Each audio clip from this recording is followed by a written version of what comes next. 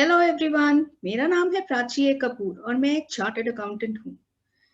मैं सीए के foundation exams में all India 9th rank holder, central zone topper और स्कॉलरशिप होल्डर रह चुकी हूँ। तो आज आप मेरे साथ पढ़ेंगे अकाउंटेंसी का फर्स्ट चैप्टर जिसका नाम है इंट्रोडक्शन टू अकाउंटिंग। और ये चैप्टर पढ़ने में शायद झुमरू हमारी हेल्प कर पाए। तो चलिए सुनते हैं झुमरू की कहानी।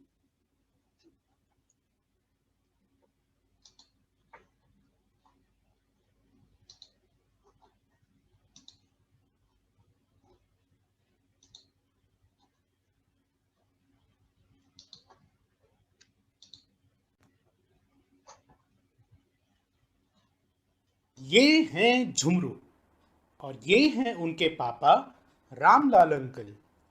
इनका नाम तो आपने सुना ही होगा। ये हर गांव और हर शहर में पाए जाते हैं। झुमरू की गर्मियों की छुट्टियां चल रही थी क्योंकि अभी अभी तो उसके 10th के बोर्ड्स खत्म हुए थे। एक दिन रामलाल अंकल झुमरू के पास आए एंड बोले, बेटा, मेरी शॉप पर मेरी कुछ हेल्प कर दो। आजकल तबीयत ठीक नहीं रहती। झुमरू पहुंच गया अपने पापा की शॉप पर।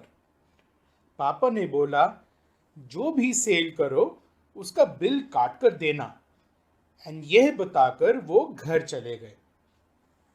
हर रोज शॉप पर लोगों की भीड़ लग जाती। झुमरू को बहुत मजा आने लगा। वो पूरे दिन कस्टमरों को देखने में बिजी रहता। एक महीने बाद पापा ने जब शॉप आना शुरू किया तो उन्होंने झुमरू से पूछा, बेटा, इस महीने कितना प्रॉफिट हुआ? झुमरू सोचने लगा।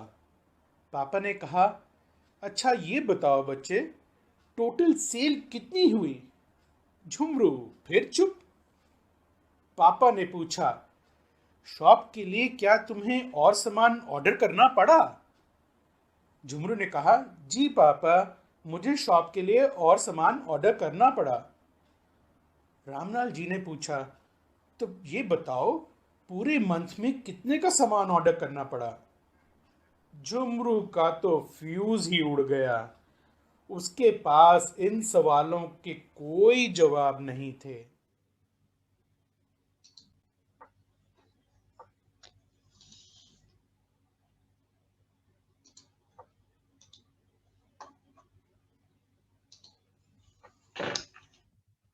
ओ बेचारा झुमरू।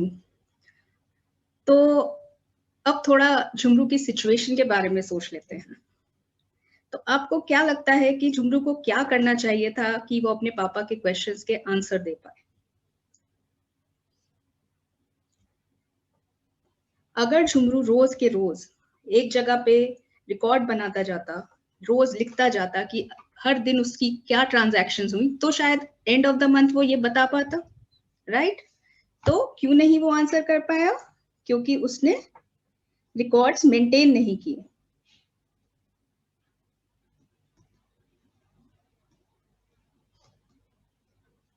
राइट? अच्छा, मेरा दूसरा सवाल है, रामलाल अंकल ने झुमरू को बिल बुक के बारे में क्यों समझाया? तो देखिए, जब भी आप मार्केट जाते हैं और कुछ सामान खरीदते हैं तो साथ में आपको बिल दिया जाता है।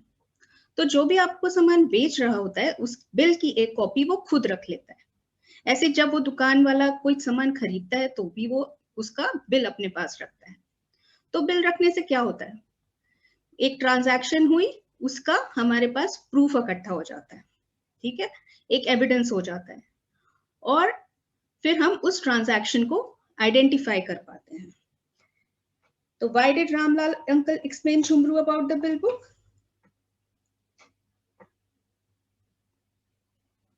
To identify the financial transaction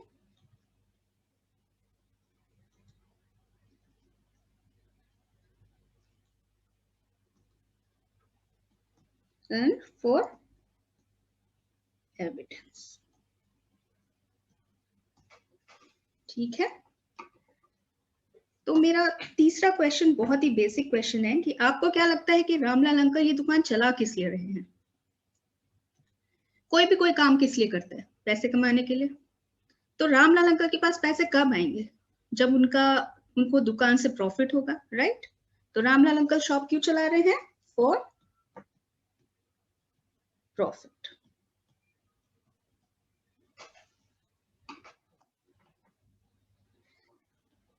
तो अब ये बताइए कि अगर सपोज झुमरू ने हर रोज का ट्रांजैक्शंस को रिकॉर्ड कर लिया होता, तो क्या वो अपने पापा के क्वेश्चंस के आंसर दे पाता? शायद एकदम से तो नहीं दे पाता, बट अगर वो उसके पापा ने उससे पूछे थे 3 क्वेश्चंस कि सेल्स कितनी रही पूरे महीने की, और परचेजेस कितनी रही पूरे महीने की, और प्रॉफिट कितना हुआ महीने में। तो अगर वो हर दिन की सेल को ऐड कर लेता, ठीक है, तो वो शायद एंड ऑफ द मंथ ये बता पाता, उन सारी सेल्स को एक जगह पे इकट्ठा कर लेता, ऐसी परचेजेस को एक जगह पे इकट्ठा कर लेता, ग्रुप कर लेता, ठीक है, तो वो बता पाता कि कितनी पूरे महीने में सेल्स हुई, ऐसे ही कितनी महीने में परचेजेस हुई, राइट? तो इसको बोलते हैं क्लासिफिकेशन, ग्रुपिंग।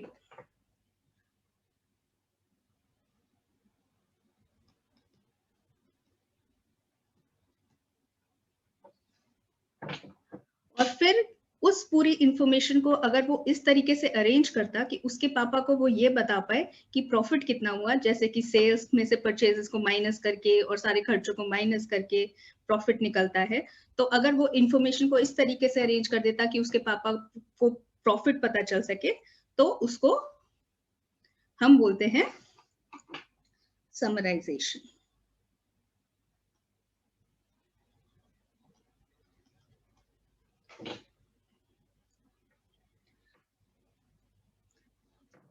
तो ये बताइए कि अगर सपोज उसने रिकॉर्ड भी कर लिया, क्लासिफाई भी कर लिया, समराइज भी कर लिया, तो ये करने से क्या फायदा होता? तो इसको करने से देखिए, एक तो वो प्रॉफिट पता लगा पाता, राइट? और दूसरा, अगर उसको फ्यूचर के बारे में कोई भी प्लानिंग करनी होती, जैसे कि अगले महीने के लिए वो कितना स्टॉक ऑर्डर करके अपनी दुकान में रखे, तो ये भी वो पता लगा सकता था, क्योंकि उसको पता होता कि इस महीने में कितनी सेल हुई है, तो उसके बेसिस पे वो अगले महीने की लिए स्टॉक ऑर्डर कर देता। और सबसे बड़ी चीज, वो अपने पापा को प्रॉफिट बता पाता, राइट?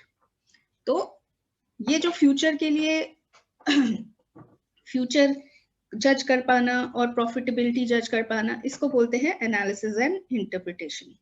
और ये तो हमने देखा ही कि वो अपने पापा को या जो भी यूजर होगा उसको वो कम्युनिकेट कर पाएगा। तो चलिए अब हम स्टार्ट करते हैं चैप्टर। पहला है डेफिनेशन ऑफ अकाउंटिंग। तो देखिए, झुमरू हमें अकाउंटिंग की डेफिनेशन समझाने में सक्सेसफुल हुआ कि नहीं हुआ। Accounting is the art of recording, classifying and summarizing in a significant manner and in terms of money transactions and events which are in part at least of a financial character। ये point को समझ लेते हैं। मतलब कि accounts में हम खाली वही ट्रांजैक्शंस को रिकॉर्ड करते हैं जो मनी के टर्म्स में मेजरेबल होती हैं, right? And interpreting the results thereof, ठीक है? तो देखिए, अगर झुमरू ने आपके लिए अकाउंटिंग की डेफिनेशन कितनी आसान बना दी।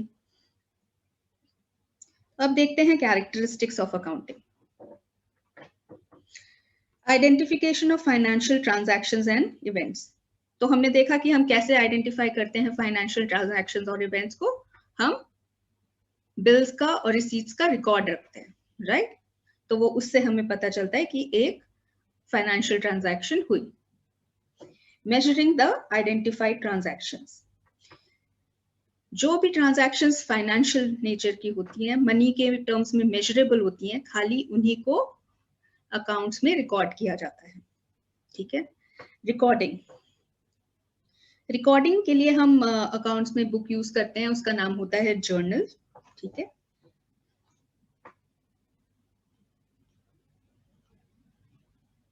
इसको बुक ऑफ ओरिजिनल एंट्री भी कहते हैं, क्योंकि इसमें फर्स्ट टाइम हम किसी भी ट्रांजैक्शन को रिकॉर्ड करते हैं।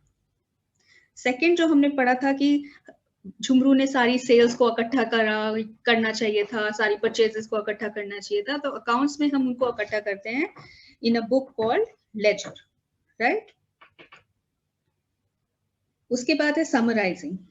समराइजिंग मैंने आपको बताया कि समराइज इस तरीके से करना होता है कि जो भी यूजर हो उसका जो पर्पस हो वो सॉल्व हो जाए। जैसे यहाँ पे रामलाल अंकल प्रॉफिट पता लगाना चाहते थे, तो ये सारी जो भी झुमरू ने ट्रांजैक्शंस रिकॉर्ड करता या क्लासिफाई करता, उससे ये पर्पस सॉल्व होना चाहिए था कि रामलाल अंकल को प्रॉफिट पता चल जाए, राइट। तो इसके लिए अकाउंट्स में प्रिपेयर किए जाते हैं trial balance, profit and loss statement and balance sheet. उसके बाद है एनालिसिस एंड इंटरप्रिटेशन। ये मैंने आपको अभी बताया कि ये फ्यूचर को जज करने के लिए या प्रॉफिटेबिलिटी जज करने के लिए बिजनेस की किया जाता है। तो इसके लिए हम रिपोर्ट्स प्रिपेयर करते हैं। And last but not the least is communicating to the user so that user को डिसीजन मेकिंग में आसानी हो। आई होप आपको ये कैरेक्टरिस्टिक समझ में आ गए होंगे।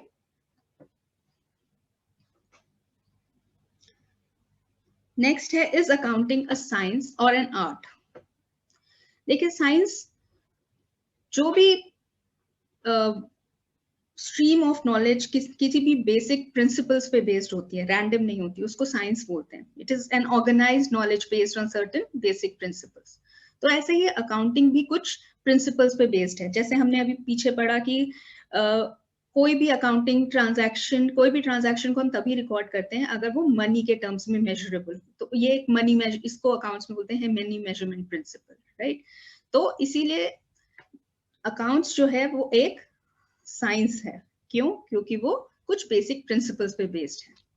ऐसे ही अकाउंटिंग एक आर्ट भी है, क्योंकि हमें सारी इंफॉर्मेशन को ऐसे प्रेजेंट करना है कि जो भी यूजर है उसको वो इंफॉर्मेशन से उसका जो भी पर्पस है वो सॉल्व हो जाए। जैसे अगर रामलाल अंकल प्रॉफिट पता लगाना चाहते थे, तो एक बार वो उनको अकाउंट्स देखकर पता चल जाए कि प्रॉफिट कितना है। तो इस तरीके से प्रेजेंट करना है। तो इसीलिए it is also an art of recording, classifying and summarising the financial transactions.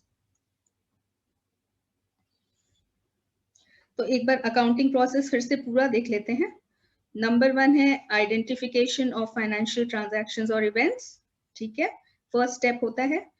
Second step है रिकॉर्डिंग हम कहाँ पर करते हैं अकाउंट्स में? जर्नल में करते हैं। उसके बाद है classifying as in grouping similar transactions, ठीक है, एट वन प्लेस, तो इसको हम बोलते हैं लेजर। उसके बाद होता है समराइजिंग, ये हम करते हैं trial balance, profit and loss account और बैलेंस शीट के बेसिस पे।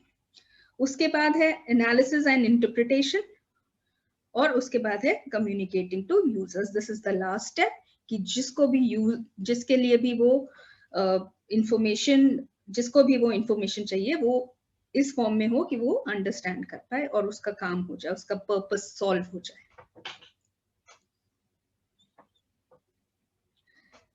Branches of accounting. तो पहला है फाइनेंशियल अकाउंटिंग। तो फाइनेंशियल अकाउंटिंग का पर्पस है प्रॉफिट एंड लॉस स्टेटमेंट और बैलेंस शीट प्रिपेयर करना, राइट। तो ये जो हमने सारे स्टेप्स फॉलो किए, रिकॉर्डिंग, क्लासिफाइंग, समराइजिंग, राइट, तो ये सब फाइनेंशियल अकाउंटिंग के पार्ट है, क्योंकि ये लीड करते हैं हमें प्रॉफिट एंड लॉस और बैलेंस शीट की प्रिपरेशन में। सेकेंड है कॉस्ट अकाउंटिंग। कॉस्ट अकाउंटिंग का पर्पस है किसी भी प्रोडक्ट का या प्रोसेस का या किसी ऑपरेशन का कॉस्ट निकालना। जैसे कि यहाँ पे मैंने आपको एक एग्जांपल दिया है, जैसे कि सपोज एक फैक्ट्री है जहाँ पे पेंसिल्स बनती हैं। तो पेंसिल के लिए बनाने के लिए क्या यूज होगा? वुड यूज होगी, ठीक है, और लेड के लिए ग्रेफाइट यूज होगा, और कुछ आपको लोग चाहिए होंगे जो ये पेंसिल बनाए, प्लस कोई और आपके एक्सपेंसेस होंगे, जैसे सपोज इसको पेंट करने के लिए, या जो भी सारे एक्सपेंसेस होंगे जिनसे आप इस पेंसिल का कॉस्ट निकाल पाओगे, तो वो होता है कॉस्ट अकाउंटिंग में। और प्लस आप कॉस्ट अकाउंटिंग में चीजों का जो भी आपने कॉस्ट निकाला, ठीक है, राइट। तो आप ये भी देखेंगे कि जितना आपने निकाला है उससे ज्यादा बढ़े ना फ्यूचर में, मतलब जब आप एक्चुअल उसको बनाने लग रहे हो तो बढ़े ना, राइट, उतना ही रहे। और इसको बोलते हैं कॉस्ट कंट्रोल। और आपका ये भी एम रहता है क्योंकि आपके कॉस्ट रिडक्शन, मतलब कि जहां पर भी आप ऐसे सेव कर पाए वहां पर आप सेव करें जिससे कि आपका प्रॉफिट बढ़ जाए, राइट। तो ये होती है कॉस्ट अकाउंटिंग, जिसमें हम कॉस्ट निकालते हैं और कॉस्ट कंट्रोल और रिडक्शन करते हैं। लास्ट है मैनेजमेंट अकाउंटिंग। मैनेजमेंट अकाउंटिंग हुई है जो सिर्फ मैनेजमेंट के, जब हम सारे अकाउंटिंग इंफॉर्मेशन को मैनेजमेंट की यूज के लिए जनरेट करते हैं। तो अगर मैनेजमेंट का जो भी उस अकाउंटिंग इंफॉर्मेशन से काम है, हम उसको इस फॉर्म में जनरेट करते हैं कि मैनेजमेंट के काम है। जैसे सपोज अगर मैनेजमेंट जानना चाहती है कि अभी फिलहाल बिजनेस के पास कितने फंड्स पड़े हैं, तो हम एक फंड्स के लिए स्टेटमेंट निकालेंगे। ऐसे ही अगर मैनेजमेंट जानना चाहती है कि प्रॉफिट कितना हुआ, तो प्रॉफिटेबिलिटी स्टेटमेंट निकालेंगे। तो ये होती हैं ब्रांचेस ऑफ अकाउंटिंग।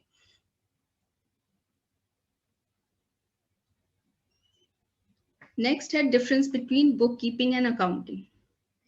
तो देखिए, हमने जो भी क्लासिफिकेशन तक का प्रोसेस किया कि लेजर बुक हमें मेंटेन करना चाहिए, तो जिसमें हम सारी सिमिलर काइंड ऑफ ट्रांजैक्शंस को ग्रुप करते हैं, वहां तक का जो सारा प्रोसेस था, बिल बुक, जर्नल, लेजर, ये सारा बुक कीपिंग का पार्ट है। और यही अकाउंटिंग का बेसिस है। मतलब जब तक आप बुक कीपिंग नहीं करोगे तब तक आप अकाउंटिंग नहीं कर पाओगे। और बुक कीपिंग बहुत ही आसान है, उसमें इसको कोई भी कर सकता है। You just have to note down the transaction, जो भी होता जा रहा है आप उसको खाली लिखते जाते हैं, एक रिकॉर्ड मेंटेन करते जाते हैं। तो it is very simple and any person can do it. और इसके लिए कोई स्पेशल स्किल्स नहीं चाहिए होती हैं। बट अकाउंटिंग में पूरा एनालिसिस करना होता है, जैसे कि आपको फ्यूचर में कितना सामान ऑर्डर करना है या आपको अपना प्रॉफिट कैसे बढ़ाएं, तो ये सारा अकाउंटिंग में एनालिसिस होता है। ठीक है, तो जहाँ पे बुक कीपिंग खत्म होता है वहां पे अकाउंटिंग शुरू होता है। इसमें हम प्रॉफिट एंड लॉस स्टेटमेंट बनाते हैं, बैलेंस शीट बनाते हैं, वेरियस रिपोर्ट्स बनाते हैं फॉर एनालिसिस एंड इंटरप्रिटेशन, और फिर हम उनको यूजर को कम्युनिकेट कर देते हैं। तो this process is very dynamic and very analytical. ठीक है, तो इसके लिए हमें ऐसे लोग चाहिए होते हैं जिनके पास स्पेशल स्किल्स हों और जो ये सब कर पाए। तो आई थिंक आप लोग को बुक कीपिंग और अकाउंटिंग का डिफरेंस समझ में आ गया होगा। अब देखते हैं ऑब्जेक्टिव्स ऑफ अकाउंटिंग। तो ये तो हमने देख ही लिया, maintaining accounting records, determining profit और लॉस। थर्ड है डिटर्मिनिंग फाइनेंशियल पोजीशन। ठीक है, तो फाइनेंशियल पोजीशन क्या होती है? फाइनेंशियल पोजीशन पता लगाने के लिए हम एक बैलेंस शीट प्रिपेयर करते हैं। बैलेंस शीट के दो साइड्स होते हैं, एक साइड पे होते हैं एसेट्स और एक साइड पे होते हैं बिजनेस की लाइबिलिटीज।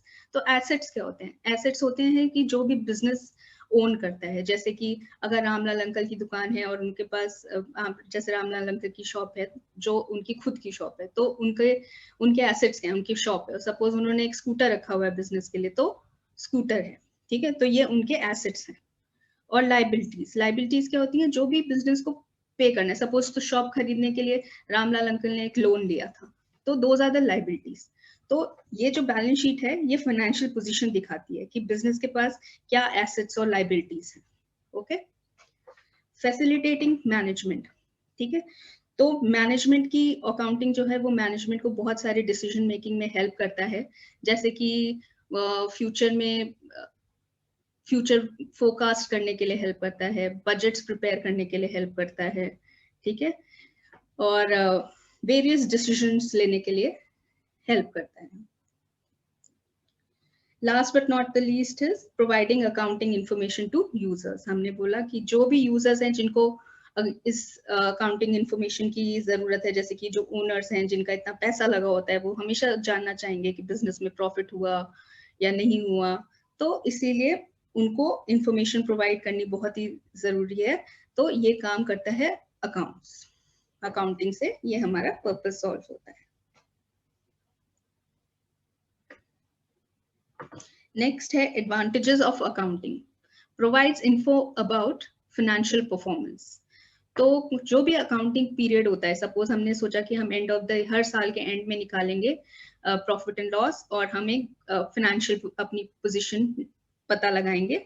तो उसके लिए तो अकाउंटिंग उसमें हमारा हेल्प करता है कि हम end of the year, end of the accounting period हम ये जान सकते हैं कि हमारा प्रॉफिट लॉस, हमारी फाइनेंशियल पोजीशन क्या रही, right. Provides assistance to management, हमने देखा मैनेजमेंट की वेरियस टाइप ऑफ डिसीजंस लेने में अकाउंटिंग हेल्प करता है। Facilitates comparative study. Comparative study मतलब सपोज हम अकाउंटिंग से हम ये, हमारे पास लास्ट ईयर के भी अकाउंटिंग पूरा फाइनेंशियल स्टेटमेंट्स होती हैं, जैसे कि प्रॉफिट एंड लॉस अकाउंट और बैलेंस शीट, और हमारे पास इस साल की भी होंगी। तो हम कंपेयर कर सकते हैं कि हमारा प्रॉफिट बढ़ा कि कम हुआ, राइट। और फिर अगर सपोज करिए कि कम हो गया है, तो हम उसके रीजंस पता लगाएंगे कि क्यों कम हो गया, राइट। सपोज करिए कि किसी का कोई कपड़े का काम है, तो उसने देखा कि उसका 2019 में 1 करोड़ की सेल थी और 2020 में 50 लाख की रह गई, ठीक है। तो फिर वो एनालिसिस करेगा कि क्या हुआ, आखिर पहले 1 करोड़ की थी, फिर 50 लाख की कैसे हो गई। तो इसका तो बहुत ही सिंपल रीजन है कि 2020 में कोविड आ गया, राइट। तो लोगों ने कपड़े खरीदने बंद कर दिए, सब तो घर पे ही बैठे थे, तो क्या हुआ। तो इसीलिए हमने रीजन पता लगाई कि क्यों हमारी सेल कम हो गई। तो इसमें अकाउंटिंग हमारी हेल्प करता है। Helps in settlement of tax liability. तो क्योंकि हमने देखा, मैंने आपको बताया कि हर चीज का आपको बिल, रिसीट सब रखना होता है। तो उससे ये प्रूव हो जाता है कि जो भी हमने अकाउंटिंग स्टेटमेंट्स में प्रॉफिट वगैरह दिखाया है वो बिल्कुल करेक्ट दिखाया है, राइट। तो उसके बेसिस पे हमें टैक्स पे करना होता है। तो वो आपको टैक्स कैलकुलेट करने में आसानी हो जाती है, क्योंकि हमें पता है कि हमने जो भी फिगर्स निकाले हैं वो करेक्ट डेटा के ऊपर बेस्ड है। हेल्पफुल इन रेजिंग लोन्स, ठीक है। अब सोचिए आपको बैंक से लोन चाहिए, ठीक है। तो आप बैंक के पास जाएंगे, तो बैंक बोलेगा हाँ जी आइए आइए, आप ही का बैंक है, ले जाइए जितने पैसे लेने। ऐसा होगा क्या? नहीं नहीं, ऐसा तो बिल्कुल भी नहीं होता है। तो होता क्या है कि बैंक होता है, बैंक आपकी पूरी फाइनेंशियल स्टेटमेंट्स देखता है, आपका प्रॉफिट एंड लॉस अकाउंट देखेगा कि इनका इतना प्रॉफिट होता भी है कि हमारा लोन वापस कर पाएंगे। सपोज करिए कि नहीं हो रहा, तो फिर वो आपकी बैलेंस शीट देखेंगे कि अच्छा इनके पास इतने एसेट्स हैं, सपोज ये नहीं भी दे पाए तो ये अपने एसेट्स को सेल करके हम इनके एसेट्स को सेल करवा के हम अपना लोन का पैसा रिकवर कर सकते हैं, ठीक है। तो accounting is helpful in raising loans.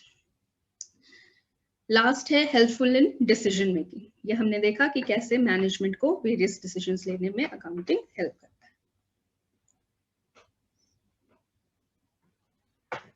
Limitations of accounting. Accounting is not fully exact.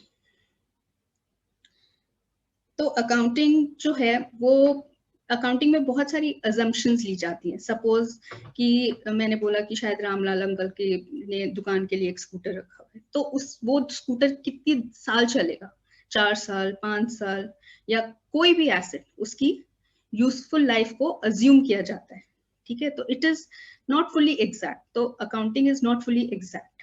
तो कुछ कुछ चीजें हम अज्यूम करते हैं और जो शायद रियलिटी में वो हो या ना हो।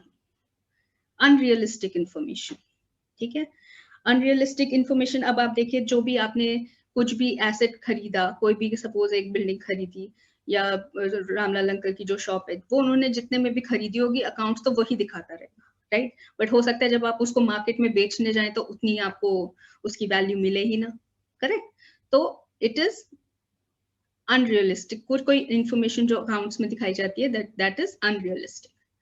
देन इग्नोर्स क्वालिटेटिव एलिमेंट्स, ठीक है। सपोज करिए कि रामलाल अंकल को लॉस हो रहा होता है दुकान में, करेक्ट। तो बट रामलाल अंकल एक इतना अच्छा मैनेजर रखते कि एक इतना बढ़िया लड़का रख लें अपनी दुकान में कि वो उसमें इतनी कैपेबिलिटी हो कि वो फ्यूचर में बहुत प्रॉफिट करा सके, ठीक है। तो ये चीज बिजनेस तो इग्नोर कर देगा, वो तो खाली एग्जैक्ट प्रॉफिट देखेगा, करेक्ट। तो ये जो क्वालिटेटिव एलिमेंट्स हैं या ये जो फ्यूचर में एक उस इंसान की वजह से आपका इतना प्रॉफिट बढ़ सकता है, इन सब चीजों को अकाउंटिंग इग्नोर कर देता है। Ignores the effect of price level changes. इसमें क्या होता है, जो भी हिस्टोरिकल कॉस्ट, जिस भी चीज पे आपने चीज खरीदी होती है उसी चीज पे हम अकाउंट्स में दिखाते जाते हैं। जबकि हो सकता है उस चीज की वैल्यू रियल में बढ़ रही हो या घट रही हो। तो इस चीज को अकाउंटिंग जो है इग्नोर कर देता है, प्राइस लेवल चेंजेस को अकाउंटिंग इग्नोर कर देता है। May lead to window dressing. तो विंडो ड्रेसिंग का मतलब है कि सपोज कि कोई इन्वेस्टर है, राइट। तो इन्वेस्टर से आप पैसे मांगने गए, ठीक है। तो इन्वेस्टर तो कब आपको कब पैसे देगा आपके बिजनेस में लगाने के लिए? जब तक उसको ये नहीं दिखेगा कि ये बिजनेस में तो बहुत फायदा होता है, तब तक वो अपना पैसा क्यों देगा आपको लगाने के लिए, राइट। तो इसके लिए क्या करते हैं कई लोग, बिजनेस को जो प्रॉफिट्स होते हैं उनको मैनिपुलेट करते हैं, मैनिपुलेट करके उनको ज्यादा दिखा देते हैं। तो प्रॉफिट को आप ज्यादा कैसे दिखा सकते हैं? देखिए बहुत ही सिंपल है, मैं आपको बताती हूँ प्रॉफिट्स को कैसे ज्यादा दिखा सकते हैं। सपोज आपका प्रॉफिट था ये, ठीक है, बस बहुत सिंपल है। आप फॉन्ट साइज इंक्रीज कर दीजिए तो प्रॉफिट बढ़ गया, करेक्ट। तो ये तो एक जोक था। ऐसे तो प्रॉफिट नहीं बढ़ता। हाँ, बट अकाउंट्स को मैनिपुलेट करके प्रॉफिट बढ़ाया जा सकता है। तो इसको हम बोलते हैं विंडो ड्रेसिंग। तो अकाउंटिंग में lead to window dressing. Users of accounting information, internal users and external users. तो इंटरनल यूजर्स कौन होते हैं? ओनर्स, ठीक है। जैसे हमारे केस में थे रामलाल अंकल, उनको उनकी दुकान थी तो obviously he was interested in knowing the profit, ठीक है। And then the management. Management यहाँ पे हमारे केस में कौन मैनेज कर रहा था दुकान को? झुमरू, ठीक है। तो उसको भी चाहिए था क्योंकि उसको अगले महीने का स्टॉक ऑर्डर करना है, उसको प्रॉफिट पता होना चाहिए, ठीक है। तो उसको भी अकाउंटिंग इंफॉर्मेशन की जरूरत पड़ती है। एम्प्लॉयज एंड वर्कर्स, ठीक है। एम्प्लॉयज एंड वर्कर्स को क्यों जरूरत पड़ेगी अकाउंटिंग इंफॉर्मेशन की?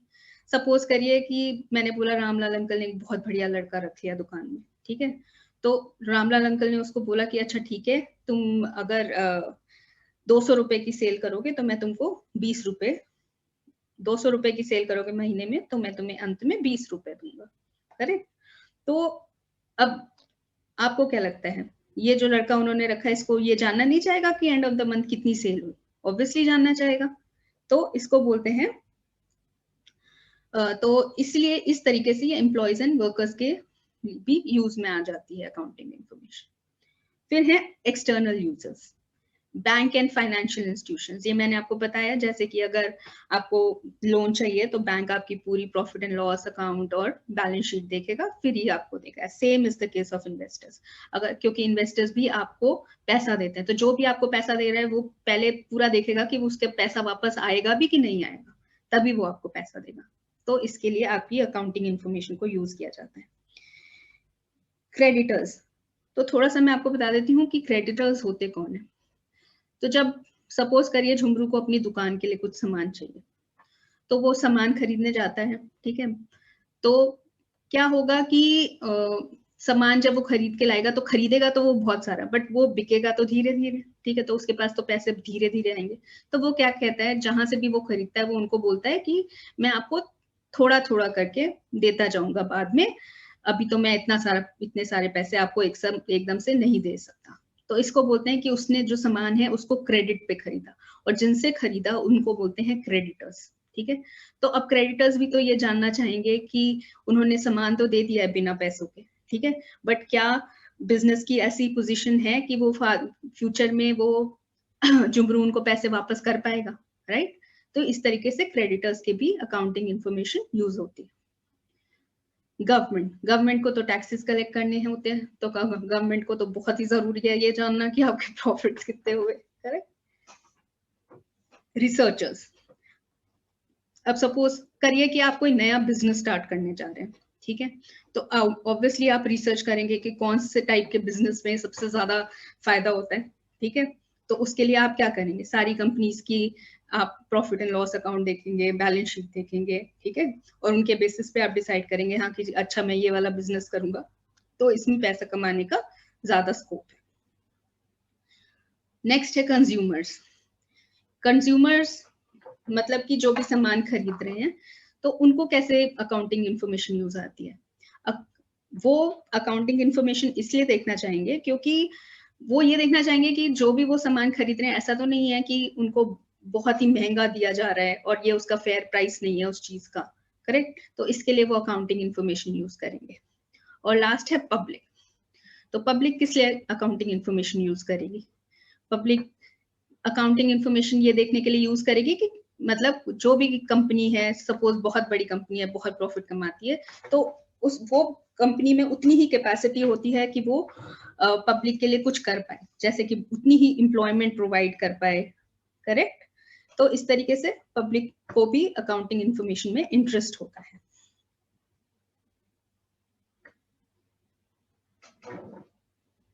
Qualitative characteristics of accounting information. Reliability.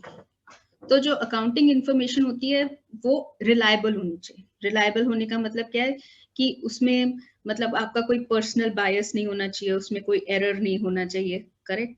मतलब कि अगर तो अकाउंटिंग इंफॉर्मेशन ही गलत होगी तो सारे आपके अकाउंट्स ही गलत प्रिपेयर होंगे, तो फिर आप कैसे पता लगाएंगे कि क्या प्रॉफिट था? तो वो तो प्रॉफिट सब गलत आ जाएगा। तो इसलिए जो भी अकाउंटिंग इंफॉर्मेशन आप यूज कर रहे हैं, सबसे पहले तो वो बिल्कुल ही करेक्ट होनी चाहिए, रिलायबल होनी चाहिए। नेक्स्ट है रेलेवेंस।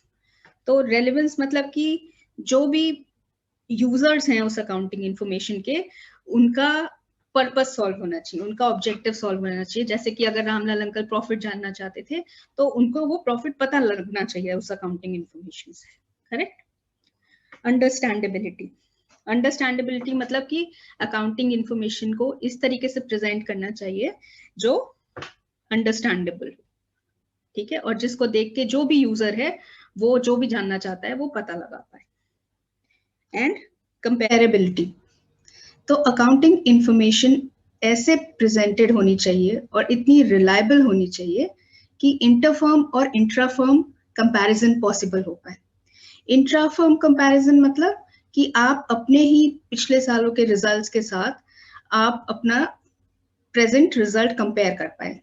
फॉर एग्जाम्पल, आप इस साल के प्रॉफिट को पिछले सालों के प्रॉफिट से कंपेयर कर पाए और ये पता लगा पाए कि आपका प्रॉफिट बढ़ा या कम हुआ, और अगर सपोज कम होता है तो आप रीजंस पता लगा पाए कि आखिर प्रॉफिट कम क्यों हो गया। इसी तरीके से इंटरफर्म कंपैरिजन भी पॉसिबल होना चाहिए। इंटरफर्म कंपैरिजन मतलब कि आप अपने कॉम्पिटिटर्स के साथ अपने रिजल्ट्स कंपेयर कर पाए, और अगर आपके रिजल्ट्स फेवरेबल नहीं है तो आप उनको करेक्ट कर पाए या इम्प्रूव कर पाए, या फिर रीजंस पता लगा पाए कि क्यों आपके कॉम्पिटिटर्स आपसे बेटर परफॉर्म कर रहे हैं। Systems of accounting. तो अकाउंटिंग में दो सिस्टम्स होते हैं, double entry system and single entry system. तो देखिए, कोई भी ट्रांजैक्शन होती है तो उसको उसके दो एस्पेक्ट्स होते हैं। तो सपोज करिए कि झुमरू ने कोई भी गुड्स खरीदे, ठीक है, तो जब वो गुड्स खरीदेगा अपनी दुकान के लिए तो वो उसके लिए पेमेंट करेगा, कैश देगा, ठीक है। तो इसके दो एस्पेक्ट्स हैं कि झुमरू के बिजनेस के पास कैश आया, झुमरू के पास गुड्स आए, ठीक है, और उसके बिजनेस के पास से कैश गया, करेक्ट? तो जो भी बिजनेस के पास आता है उसको बोलते हैं डेबिट, और जो भी बिजनेस के पास से जाता है, जैसे इस केस में जा रहा है कैश, उसको बोलते हैं क्रेडिट। तो ये जो डेबिट और क्रेडिट का अमाउंट होता है एक ट्रांजैक्शन में, that is always equal, correct? तो इस सिस्टम ऑफ अकाउंटिंग को हम बोलते हैं डबल एंट्री सिस्टम, जिसमें किसी भी ट्रांजैक्शन के दोनों एस्पेक्ट्स को रिकॉर्ड किया जाता है। And single entry system. Single entry system बहुत ही मतलब अनसिस्टमैटिक सिस्टम है। इसमें इसका कोई फायदा नहीं है, क्योंकि इसमें क्या होता है, कोई ट्रांजैक्शन की तो हम दोनों साइड्स रिकॉर्ड कर लेते हैं, हम उसका दोनों एस्पेक्ट्स रिकॉर्ड कर लेते हैं कि डेबिट भी और क्रेडिट भी। किसी का हम खाली सिंगल एस्पेक्ट रिकॉर्ड करते हैं और किसी एंट्री को हम रिकॉर्ड ही नहीं करते। तो ऐसे डेटा पे आप क्या रिलाई करेंगे? इसके बेसिस पे आप ट्रायल बैलेंस और प्रॉफिट एंड लॉस अकाउंट और बैलेंस शीट थोड़ी ना बना सकते हैं। तो इसीलिए सिंगल एंट्री सिस्टम को बहुत ही अनरिलायबल माना जाता है और इसको यूजुअली फॉलो नहीं किया जाता है, करेक्ट। तो हम भी जो फॉलो करेंगे अभी, हम जो आगे जाके सीखेंगे, that will be the double entry system. Advantages of double entry system of accounting.